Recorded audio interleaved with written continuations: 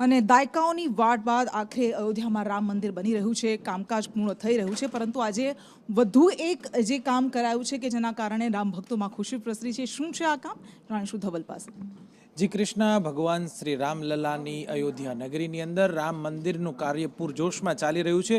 ત્યારે એક સીમાચિહ્ન રૂપે કળશ, જે ભગવાન રામલલા જ્યાં બિરાજમાન છે તે શિખર ઉપર કળશનું પૂજન કરાયું છે. સવારે 9:15 કલાકે કળશ પૂજન બાદ મંદિરના ગર્ભગૃહની ઉપર કળશને પ્રસ્થાપિત કરવામાં આવ્યો હતો. વૈદિક મંત્રોચ્ચાર અને વિધિવિધાન સાથે ભગવાન રામલલાના મુખ્ય ગર્ભગૃહના જે મંદિરની ઉપર કળશને પ્રસ્થાપિત કરવામાં આવ્યો હતો. થોડા જ દિવસોની અંદર ધ્વજદંડ પણ રામ મંદિરની અંદર પ્રસ્થાપિત કરવામાં આવશે. આ ઘટનાને લઈને રામ ભક્તોમાં ખૂબ જ આનંદનો માહોલ દેખાઈ રહ્યો છે.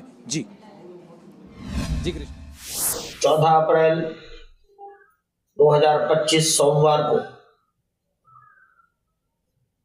अयोध्या में निर्माण किए जा रहे श्री राम जन्मभूमि के भव्य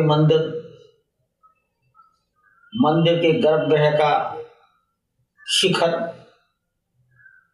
ये लगभग पूर्ण हो चुका है। शिखर के ऊपर आज प्रातःकाल पूरे विधि विधान पूजन के साथ